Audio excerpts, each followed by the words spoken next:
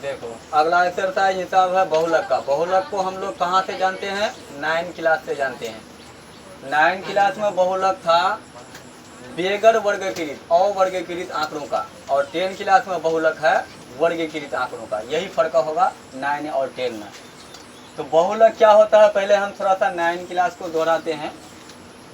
2 4 6 5 3 2 4 6 4।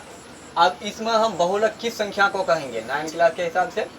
तो 9 क्लास के हिसाब से बहुलक उस संख्या को कहेंगे जो संख्या अधिक बार यहाँ पर आया है। कौन सी संख्या अधिक बार आया है? 4 अधिक बार, 4 3 बार आया है, तो इसका बहुलक हो जाएगा 3। बहुलक बराबर 3। तो बहुलक का क्या समझ में आया? बहुलक ये समझ में आया कि बारंबारता का अधिकतम मान को बहुलक कहा जाता है। ये बारंबारता हमारा है, यानी कि बारंबारता जो सबसे अधिक बार आया है वो बहुलक होता है। तो ये बहुलक हमारा 9 क्लास का है अवर्गीकृत आंकड़ों का। अब 10 क्लास में जाएंगे तो बहुलक हमारा दूसरे तरह से मिलेगा। थोड़ा सा एक उदाहरण हम समझाने का कोशिश कर रहे हैं, और इसको अगर बढ़िया से समझोगे तो बहुलक, जैसे कल माध्य को बढ़िया से समझे थे तो पूरा हिसाब बना लिए, इसको भी अगर बढ़िया से समझोगे तो पूरा हिसाब बन जाएगा, मगर समझना होगा इत्मीनान से और ध्यान से। देखो जैसे माध्य का सवाल होता है, सेम टू सेम बहुलक का सवाल होता है, यानी कि किसी भी माध्यक का सवाल को बहुलक में पूछ सकता है, ये बात मान के चलो। तो हम ले रहे हैं कोई एक सवाल और उसका बहुलक हम निकाल रहे हैं, ठीक है।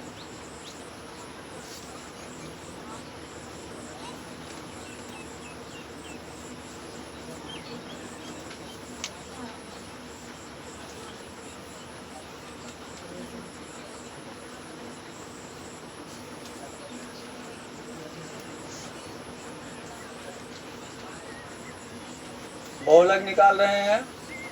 यहाँ पर भाषा कोई सा भी यूज हो सकता है, तो भाषा पर ध्यान नहीं देना है। हम यहाँ पर लिख रहे हैं वर्ग अंतराल और यहाँ लिख रहे हैं बारंबारता, यानी कि वर्ग अंतराल और बारंबारता का भाषा अलग हो सकता है हर सवाल में, जैसे पिछले माध्य का सवाल में देखे थे।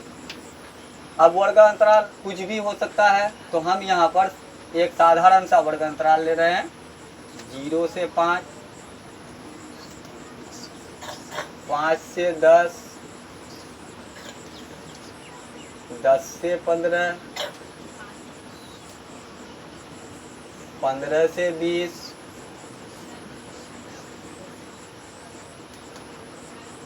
20 से 25,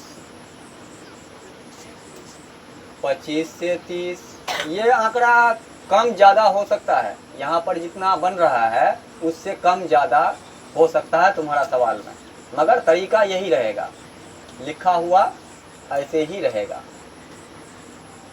चलो हम यहाँ एक 25 से 30 कर देते हैं। अब इसका लेते हैं बारंबारता, जो सवाल में लिखा हुआ रहता है। तो बारंबारता 6, 3, 5, 4, 7, 9 इस तरह से है।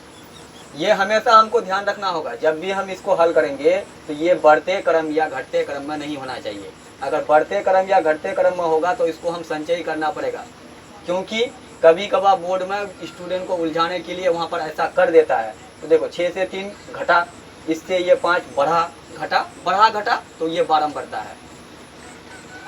अब बारंबारता के लिए क्या लेना पड़ता है?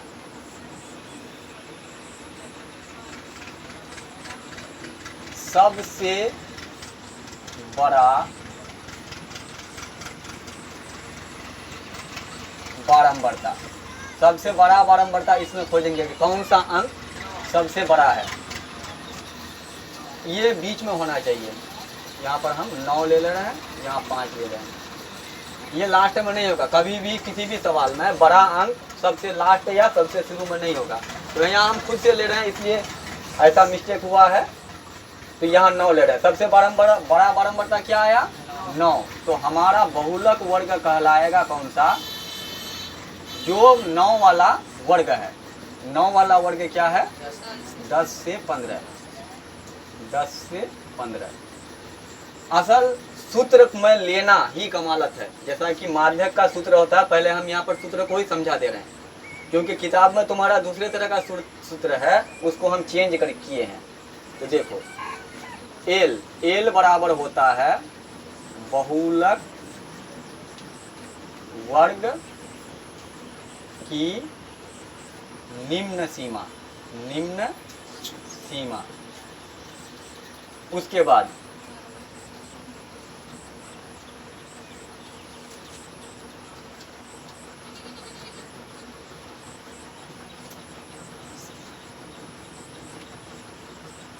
F0 होता है बहुलक वर्ग की बारंबारता।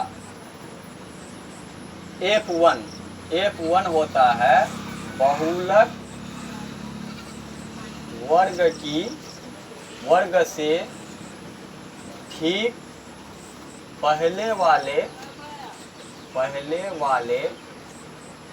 वर्ग की बारंबारता।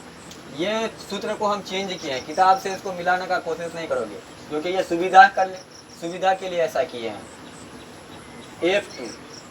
F2 हो जाता है बहुलक वर्ग के ठीक बाद वाले वर्ग की बारंबारता। ठीक है, और उसमें क्या लगता है? H होता है वर्गमाप। देखो ये सूत्र को तुमको ध्यान रखना है सवाल को बनाते समय, क्योंकि इसी सूत्र पर सब कुछ बैठाया जाएगा। ये लिखना नहीं है सवाल को हल करते समय, ये हम यहाँ पर तुम लोगों को समझाने के लिए लिखे कि इतना काम तुमको याद रहना चाहिए एक बहुलक का सवाल को हल करने के लिए। अब देखो सवाल हमारा यहाँ है, अब इसको हल करना है। इसको हल करने के लिए हम क्या लेंगे? इसका एल लेंगे। एल क्या हो जाएगा?